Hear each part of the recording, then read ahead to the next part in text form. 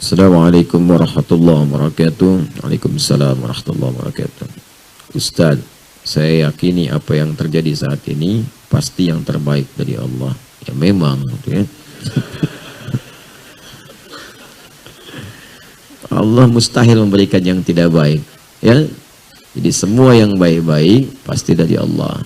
Kalau ada yang kurang baik itu bersumber dari perilaku kita. Jelas ya? Jadi semua datang dari Allah baik. Hujan misalnya, kita lihat hujan nih. Hujannya sih baik dari Allah. Buka Quran surah ke-31 ayat 34. Innallaha indahu ilmus sa'ah wa yunazzilul ghaith.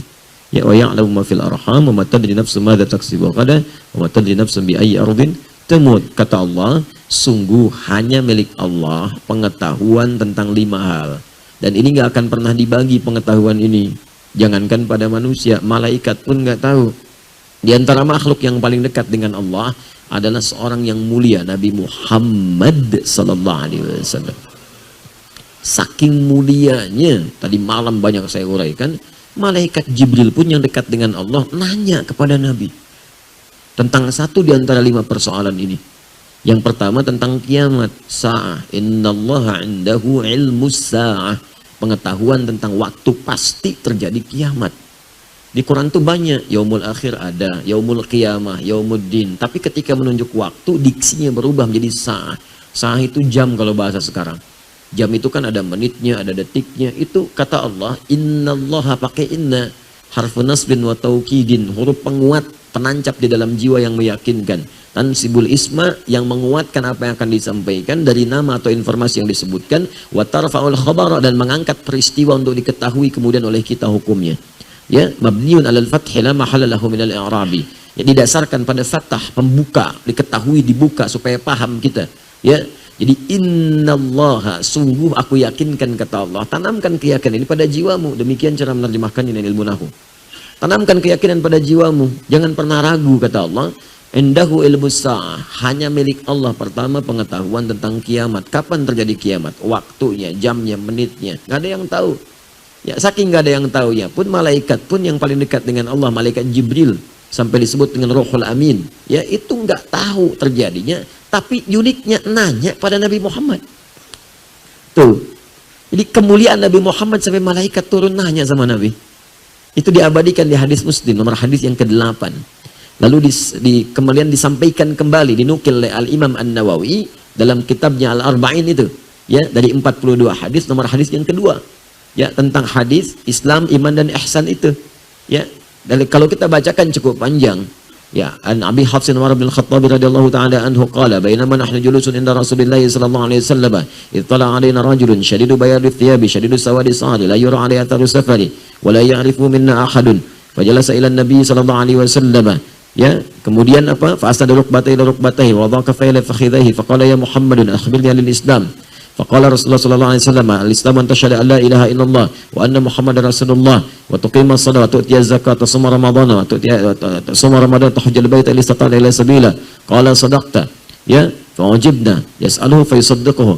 Fa akhbirna 'anil iman, fa akhbirna 'anil ihsan. Terakhir kemudian bertanya tentang kiamat. Ya, datang seorang laki-laki kepada Nabi sallallahu alaihi wasallam. Ya, tiba-tiba orang ini tidak kelihatan dari mana datangnya. Bagus putih bajunya, tersisir rapi rambutnya. Datang kepada Nabi, tiba-tiba mengambil saf terdepan sampai lututnya berhadapan dengan lutut Nabi SAW. Nah, ini adab dalam menuntut ilmu. Malaikat Jibril menyamar jadi seorang penuntut ilmu, datang kepada Nabi di antara halaqah Nabi SAW. Kalau mau datang kepada majlis ilmu, pakai pakaian yang bagus. Malaikat nyamar mau datang ke majlis ilmu, datang pakai baju yang bagus. Anda malaikat bukan datang majlis ilmu pakai kaos oblong. Ya, datang yang bagus, pakai yang baik. Kemudian datang ambil saf paling depan. Saf paling depan itu fokusnya tinggi, mic-nya mati, kedengaran tetap. Fokus tinggi. Ya, mau ngantuk tahan-tahan saf depan. Ya, ya. Mau bikin status susah, mau selfie malu, dia. Kalau Anda ngambil posisi yang strategis hanya untuk urusan dunianya, memang dapat juga, cuman fokusnya nggak akan maksimal. Ya, posisi terbaik nih dekat tembok. Nah, kena kipas angin, plek tidur aja kan. Aduh, selesai doa, sarapan pulang. Baik, datang.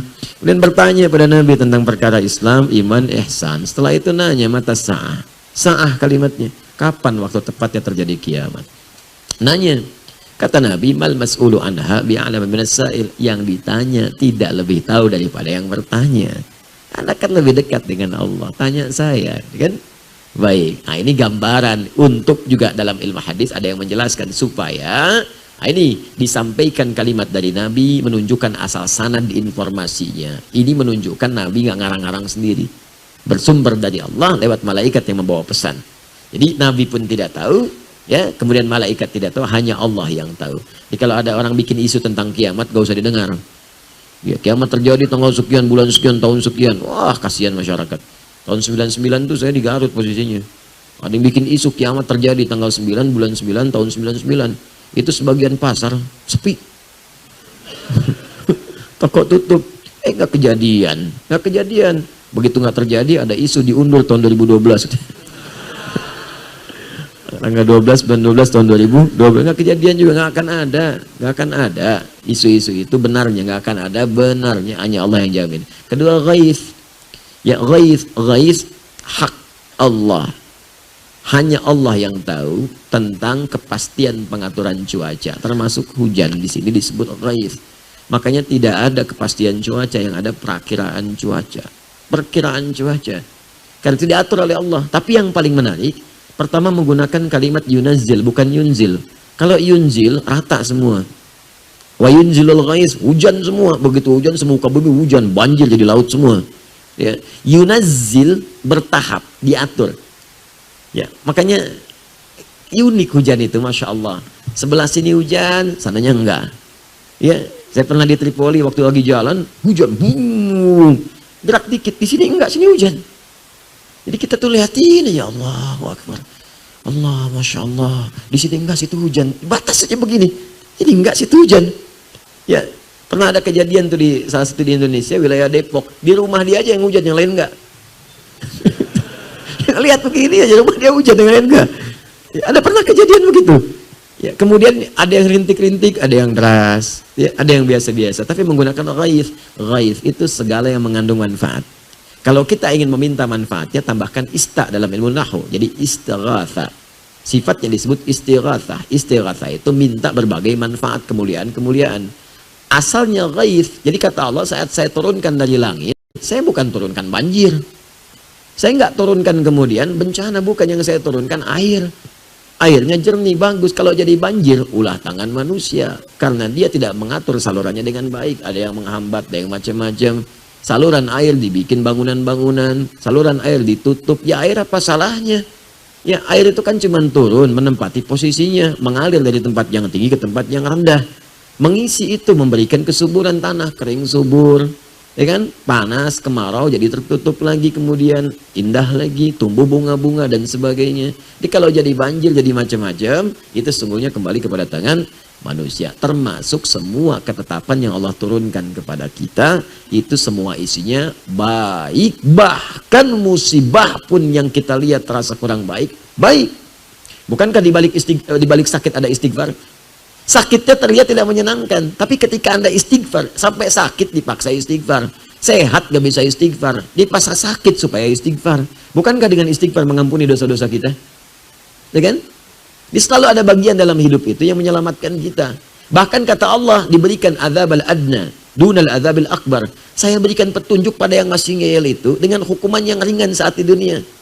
Dikasih dulu sedikit supaya sadar. Supaya dia ingat, jangan sampai pulang ke akhirat lebih banyak menderitanya. Makanya pelaku maksiat kadang-kadang mengalami musibah, mengalami bencana, supaya sadar bahwa perbuatan itu salah. Ya, ada orang terpikir berbuat maksiat, kepleset. Dikasih pleset oleh Allah supaya sadar, jangan melangkah ke sana. Ada yang bannya meletus tengah jalan, ya kan? Mau berbuat maksiat, ya datang ke tempat maksiat, belum pernah bermaksiat, tiba-tiba kepleset, ban meletus. Ya, ada yang kemudian hatinya gelisah tak karuan. Ada yang tiba-tiba kedatangan tamu, ada yang mengingatkan, itu supaya dicegah berbuat maksiat. Di semuanya baik yang datang dari Allah. Jelas ya? Tidak ada yang tidak baik.